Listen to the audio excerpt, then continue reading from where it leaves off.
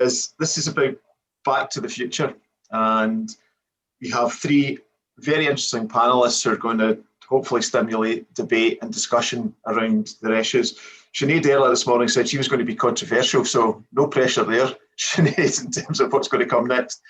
If you have any comments and questions, if you put them in the chat function, we'll pick them up. So if I could introduce our panellists, first is Sinead Gormley. She's the Senior Lecturer in Community Development and Adult Education at the University of Glasgow. Sinead's an executive member of the CLD Standards Council and has comprehensive research interests across a range of options in our area of work. Dominique is the Strategic Service Manager at East Renfrewshire. She's co-chair of the Professional Learning Committee at the Standards Council and is vice chair of the CLD Managers Group as well, and has a comprehensive overview of a number of areas of work that the council's involved in. And Kevin is the Network and Diversity Manager at the Democratic Society. He's also a member of the Registration Committee, and he helpfully posted up a link to the work that the Democratic Society are doing on artificial intelligence and its impact on society earlier. So I think three excellent speakers, and I'm now just going to hand over to Sinead. Great, thanks, Alan. I'm going to put my speech up. I'm going to do the thing that we always really criticise, and that's kind of talk at people. So my apologies for that, but probably for about 15 minutes. So if there's loads of chat, I'm not going to be able to see it. So I will try and take some questions at the end. But good morning, and it is lovely to see so many friendly faces, or I'm taking it that you're friendly given your tiny tiles, and that's fine.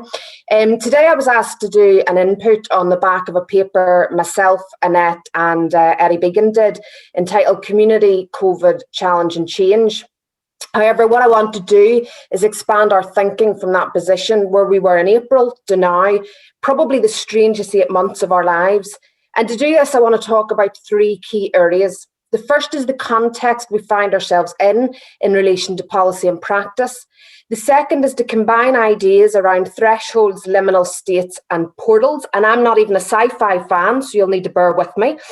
And finally is to question our next steps and asking deliberately, provocatively, do we disrupt, challenge, act and advocate for parity of professional esteem and resources, as well as the importance of our practice enough?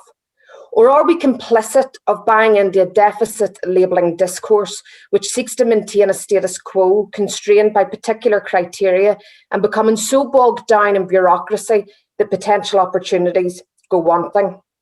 So in terms of the context, I want to start by saying we are in awe of our students, though not surprised at their imaginative and heartfelt way in which they have risen to the challenge of COVID-19 in our communities.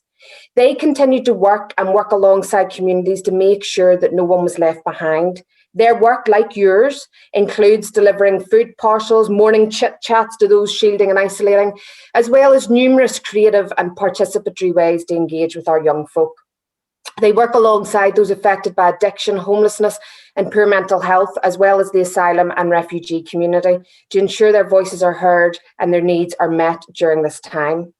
So community development in its broadest sense as a discipline and as a profession has struggled for a long time now to get public recognition for its practices and its contribution to society. It was too easily dismantled during the austerity and therefore a casualty of budget cuts and project closures. Yeah. But for many, the communities, it's been seen as a hidden good that has refused to go away and is now taking centre stage by demonstrating its worth in the crucial work that it's taken in place in communities across the country. Every day, they've continually demonstrated key values of cooperation, connection, compassion, kindness, caring, and common good in the actions they take. Though according to the government, politicians and the media, there's now a resurgence of community as a place of great value and worth, and its members seen as key players and contributors in this fight. Let's be very clear, this work has not just begun. It has not just happened. It never went away. CLD was always here, but maybe others just stopped listening. So whilst we rightly proudly look back over the past few months and say, wow, what a group of people, what work, and how selflessly people have adapted to a new way of living, working and supporting people. We also note that those doing often unrecognised work in their homes, looking after their children, their relatives, and trying to keep themselves and their families happy, healthy and safe has not been an easy undertaking in itself. And as we'll discuss in more detail below, the global context in which the work takes place has changed and vulnerable people's situations have been exacerbated. But the ethics and values of community development remain unfaltering in their commitment to work alongside communities. The actions of CLD practitioners has demonstrated an energy and commitment to address the inequalities that communities and individuals experience every day with or without COVID. So whilst I begin on a celebratory note, raising a virtual glass to you all and to the unsung heroes for the work they're doing, whether students, volunteers, professionals or good neighbours, we also need to ensure that we don't slip into our old ways of doing things, just because that's the way it's always been. We need to rethink what needs to change in order to rebuild in an inclusive as well as outward-looking way, and we're in a unique position to do this. In a policy context, and this is the second point, the Scottish Economic Recovery Group builds on the idea that true wealth of our nation, in terms of what we truly value, has been overlooked. Economic recovery needs to promote freedom and well-being and must tackle inequality. The old normal is not good enough. This work towards a well-being economy predates COVID by about 10 years, when Harry Burns used his position as Chief Medical Officer to introduce an assets approach to public health and drew attention to the idea that poverty is a political choice. A well-being economy then in Scotland is proposed as a more balanced economy, where well-being and GDP are valued equally in terms of measuring wealth, grounded on the 4 pillars of capital. And although it still talks the language of capitalism, the 4 pillars are used to show the full range of determinants of wealth and are not only financial, with community as one of the key pillars. And in Protecting Scotland, Renewing Scotland 2020 programme of work, it clearly indicates the important role that community development has in building us back stronger and fairer as a nation. Okay, so our current context means we're in a perfect storm, but it relies on us playing well together, harmoniously and not competitively. We are in a policy context where the Towards a Robust, Resilient, Wellbeing Economy states that we need collective spirit to adapt to a new world. This surely chimes with the ethos and values of our practice. We can and should be central to policy and practice and can work in a more explicitly collective and harmonious manner to help this goal. We believe we're well placed. And here's where I begin talking about thresholds and portals. In 2017, we argued that youth work, but arguably more broadly CLD, had reached a tipping point, with Gladwell defining the term as the moment of critical mass, the threshold, the boiling point. Unison estimated that between April 2010 and April 2016, 387 million was cut from the youth service spending across the UK. And in Scotland, 79% of people who responded stated that they had faced cuts or severe cuts to their team budgets. 82% had felt the same the year before, and 83% said that experienced cuts or severe cuts over the last 5 years. So despite the Christie Commission calling for preventative spending, cuts to local government spending were increased, and so seemed to be sending Scotland in the opposite direction. We were in Brexit, and we're even closer now. We have argued elsewhere that, and that we believe that CLD is already in a liminal state, defined as a time when old configurations of social reality are increasingly seen to be in jeopardy, but new alternatives are not yet in hand. Liminality is a safe space in which to host such ambiguity, to notice the tension and unresolved without pressure, but with freedom to see and test alternative textings of reality. Threshold concepts then may be considered to be akin to passing through a portal or a conceptual gateway that opens up previously inaccessible ways of thinking about something. Land, Mayer and Bale argue that just as passing through a doorway or portal enables new perspectives to come into view, some concepts help us to take a step forward to seeing things differently. So for 3 years, we've thought something needs to shift in how we articulate our practice and advocate for parity of professional esteem, but not by simply absorbing into how others deem practice, but by articulating how and why we challenge thinking and how we do things. I believe there's already been some huge changes, but there may be scope for some more.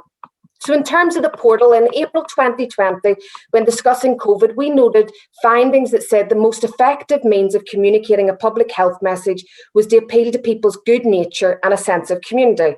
So we know that community matters to neoliberals because it sells.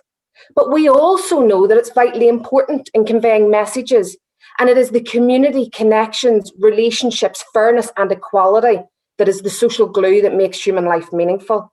As CLD workers, it is clear that the current context potentially provides a place to reassert the importance and value of community and its purpose. The need for the inclusion and voice of the articulation of our role post-COVID is imperative. So whilst we would never capitalise on the horrific impact COVID has had on our world, nor demean the way it has laid bare to anyone looking, or even to those trying not to see, the inequalities present in our society, the fact that those who can't work from home, who need to travel on public transport or use extended family networks for childcare, are in the areas where COVID is still significantly higher than in other areas, provides some insight into the stark COVID maps currently being displayed. Nevertheless, as Arundhati Roy emotively writes, historically pandemics have forced humans to break with the past and imagine their world anew. This one is no different. It is a portal, a gateway between one world and the next. We can choose to walk through it, dragging the carcasses of our prejudice and hatred, our data banks and our dead ideas, our dead rivers and smoky skies behind us. Or we can walk through it lightly with little luggage, ready to imagine another world and ready to fight for it. So this brings me on to the final point of the day. My deliberately maybe provocative questioning as to why and whether we disrupt, challenge, act and advocate for parity of professional esteem and resources, as well as the importance of our practice. Or are we complicit in buying into a deficit labelling discourse which seeks to maintain a status quo, constrained by particular criteria and becoming so bogged down in bureaucracy that potential opportunities go wanting? Well, we argue that community and youth work can be a border-crossing pedagogy which brings capacity for collaboration between participants and developers of education as co-creators of new ideas by working through difference to create new knowledge. Consideration of the borders that are or may be crossed when such boundaries shift affords opportunities for transformation of ideas and of professional practice. Making sense of a world and creating new meanings by working on boundaries in order to deconstruct inflexible borders takes us outside of current discourses to create new ideas or alternative forms of knowledge. But are we protectionist or are we inclusive? Giroux argues that neoliberal ideology promotes compliance and taking forward punitive policies that stigmatise and individualise communities and young people. This has resulted in a deficit discourse that places blame on the individual and moves the gaze from structural inequalities perpetuated by structural dysfunction to fixing people who are lacking the capacity to fit into a structure. There has been an increased focus on the perceived cultural deficits of working class and minority ethnic young people, with a subsequent emphasis on fixing their problems. We can draw on critical pedagogical methodology and the remit already advocated for by educational youth and community work to see of a new way of challenging and being. Practice that is underpinned by this methodology engages people in education by encouraging them to become inquisitive, to question why things are the way they are, and to pose problems. This different reading of the world involves people in challenging themselves and others through critical dialogue and reflective thinking, by working across those existing boundaries of knowledge and practice in order to see, hear, and understand alternative interpretations of perspective. So in practice terms, Sen argues that the best place to start, particularly with social justice, is to focus on redressable injustices. Starting from a point where people can see quick wins builds confidence and trust. It ensures that action is seen as productive and not futile. The language of possibility and belief in personal and collective power can gradually begin to move people on the continuum towards a more just society. But to do this, we need to be aware of the multiple levels of inequality and facilitate consciousness rising and ensure we're working with those who are experiencing the hardest times in society, and that their voices are being heard in decision making in order to get that more just place. So we need to be careful not to become enmeshed in the trappings of short-term quick fix policies that pathologise the poor and distinguish between those who are deemed deserving and those who are not. And importantly, we need to remember that young people and communities have the capacity to find solutions if they're engaged with in a meaningful way and have a voice at the table.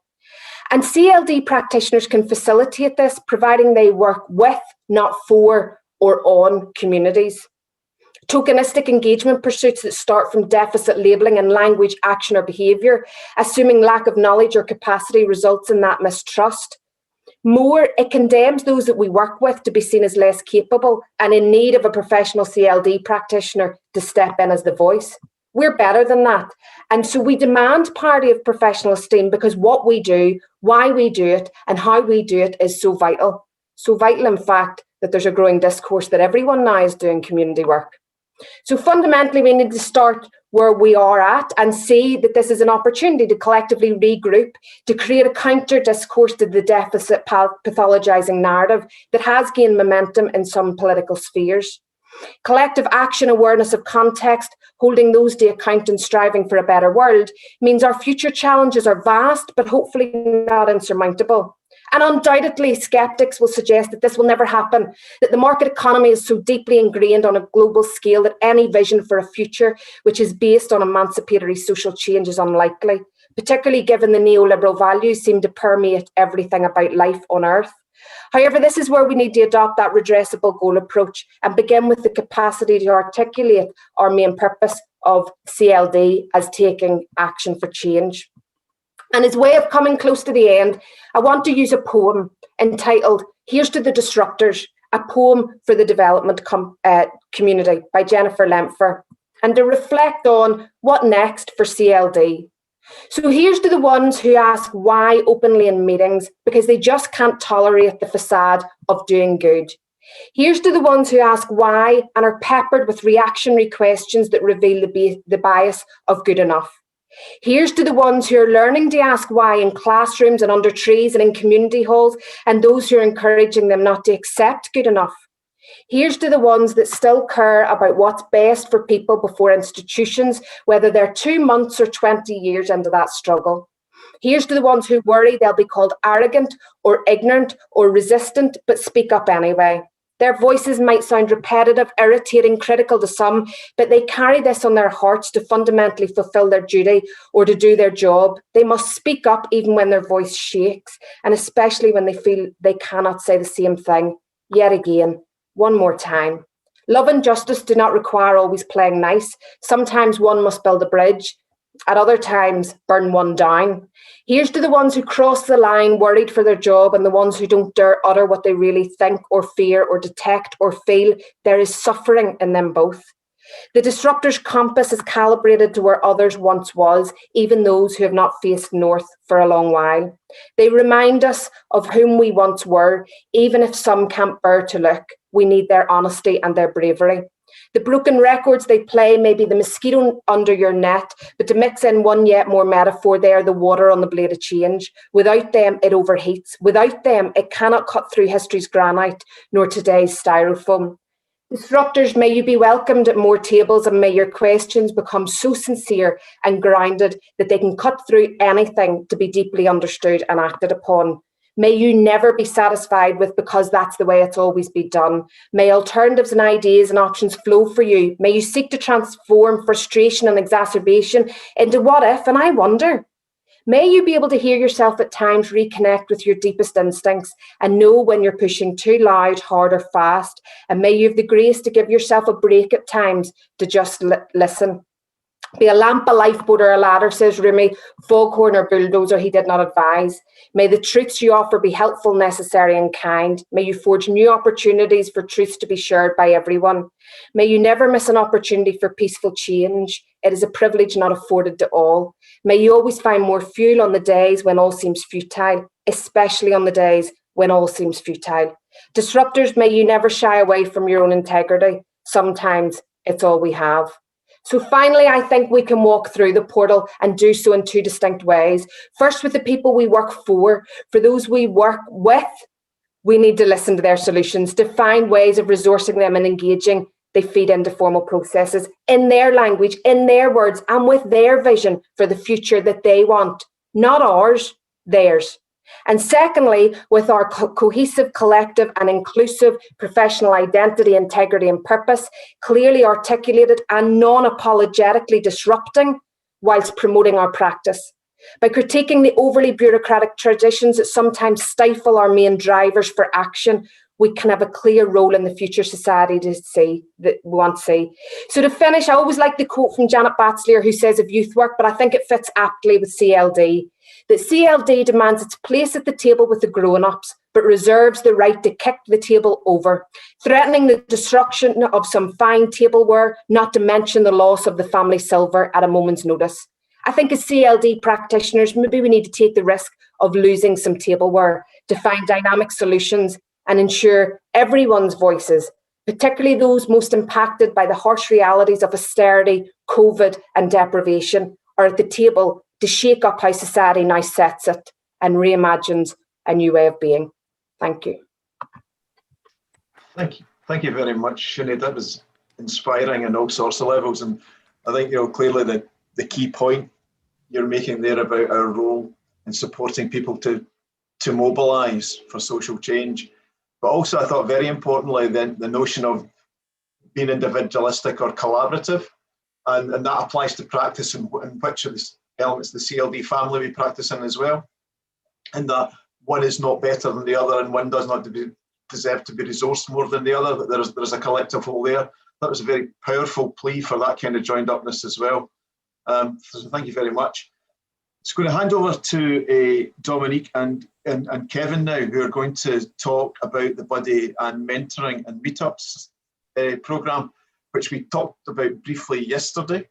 And Kevin is now taking mass control of the screen, so handing over to those two. And I don't know how I'm going to follow that, Sinead, because that was so amazing. And I just want to give another round of applause. That you talked about fire in the belly. I've got the nerves from your speech. So thank you. And I'm kind of going to try and pick up on a few things that people have said. Some of the themes that have come out over the last couple of days are stuff about resilience, stuff about self-care. Sinead, you talked about fueling the future. So what I'm going to talk about is a relationship that Sue Briggs and I, this is the second time she's got a mention today, but Sue and I developed probably over the last year and a half, but we've written it down in the last wee while, and we've called it peer mentoring.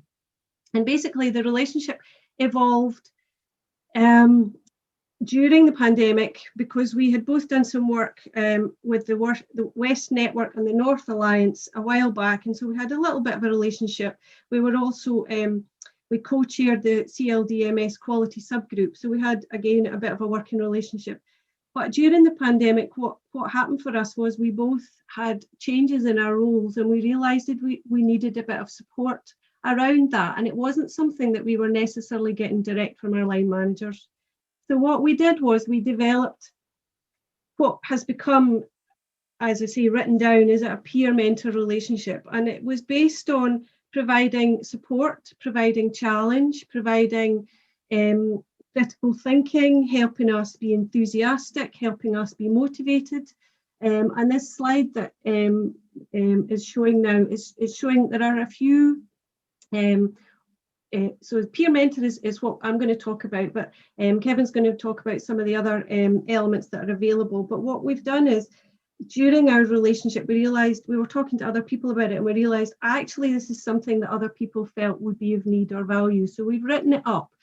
And what we're suggesting is it's part of your portfolio of opportunities of support around CPD. So it's not something that's formalised in terms of, you have to do it. The key thing here is that it's based on a role of an understanding, respect, and that you have time where you challenge and support each other. So basically what's happened is Sue and I meet virtually every few weeks, or we can call it in more often if need be, and we provide that professional support and challenge as a peer who understands CLD.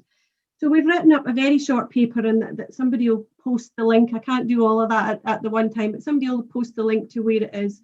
It's on iDevelop, and what we're hoping is that people connect with what I've mentioned, although I've probably not given it nearly enough detail for people, but connect with it and potentially post their stories. Because when I talked about it, when Sue and I talked about it at the Professional Learning Committee, what people said was it was really nice to hear how you came about this as opposed to the process itself.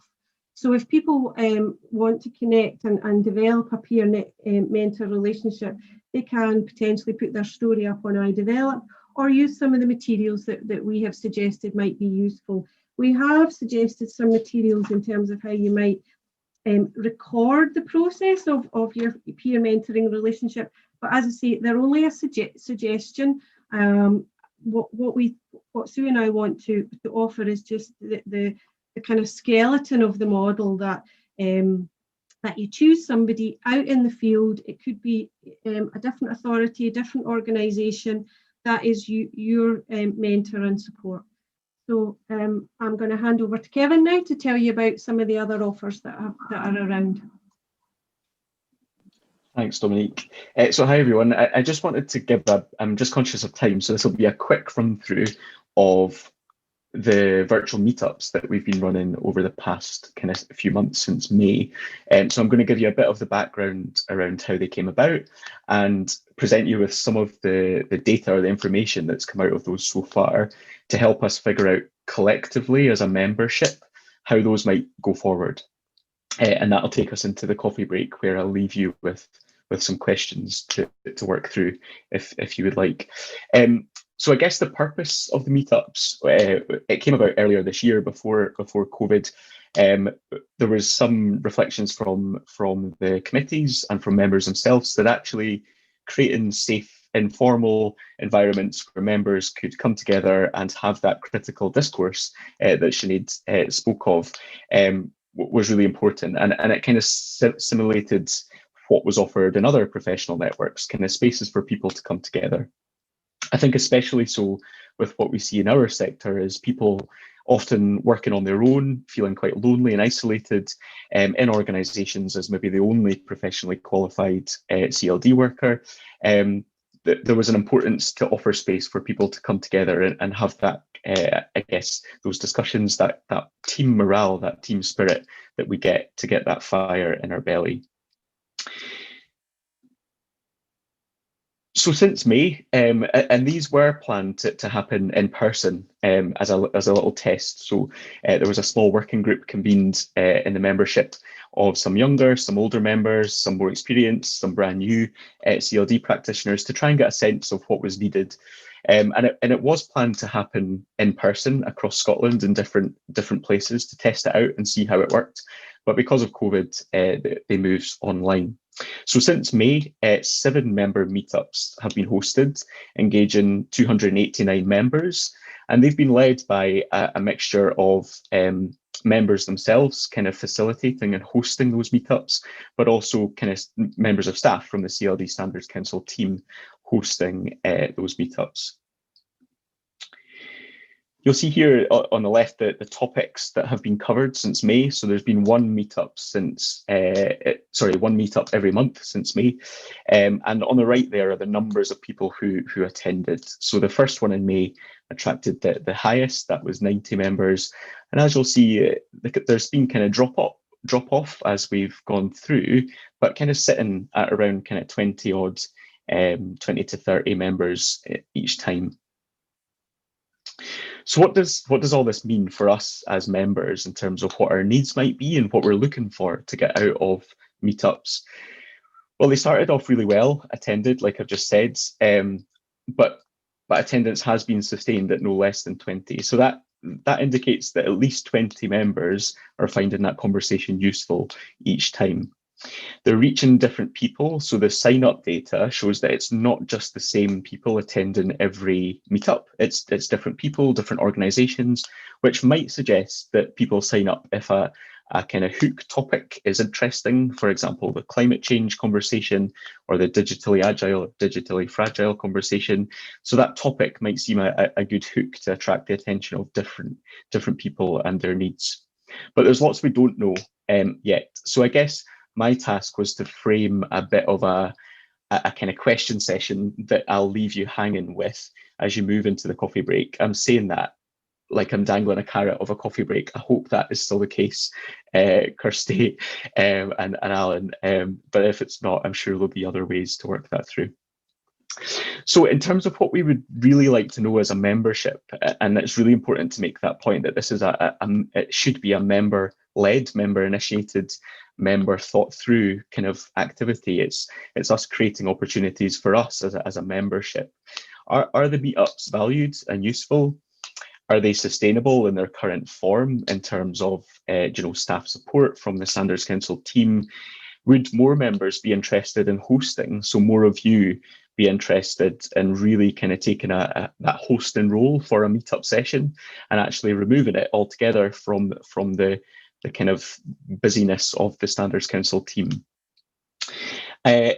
If so, what are the practical ways that might need to be thought through to make that happen? Thinking about tech, but also support to you as a host. If not, are the member meetups something that should be kind of dropped altogether? Still happen, but less frequent? Or connections and those opportunities for us to have those fire in our belly kind of opportunities built and maintained in other ways? So I guess we've come to the end of the year. It's a moment to pause and reflect on the meetups that we've had so far and to think what they might look like in the next calendar year and going forward from the membership. So the way that will work, I'm going to stop sharing my screen now, sorry. The way it will work is I'm going to pop a link in the chat to what's called a Jamboard. Some of you might have used Jamboard before. So if you click into that link, but I'll quickly, if I've got time, explain it so that you know exactly how to use it. Just trying to get out of this now.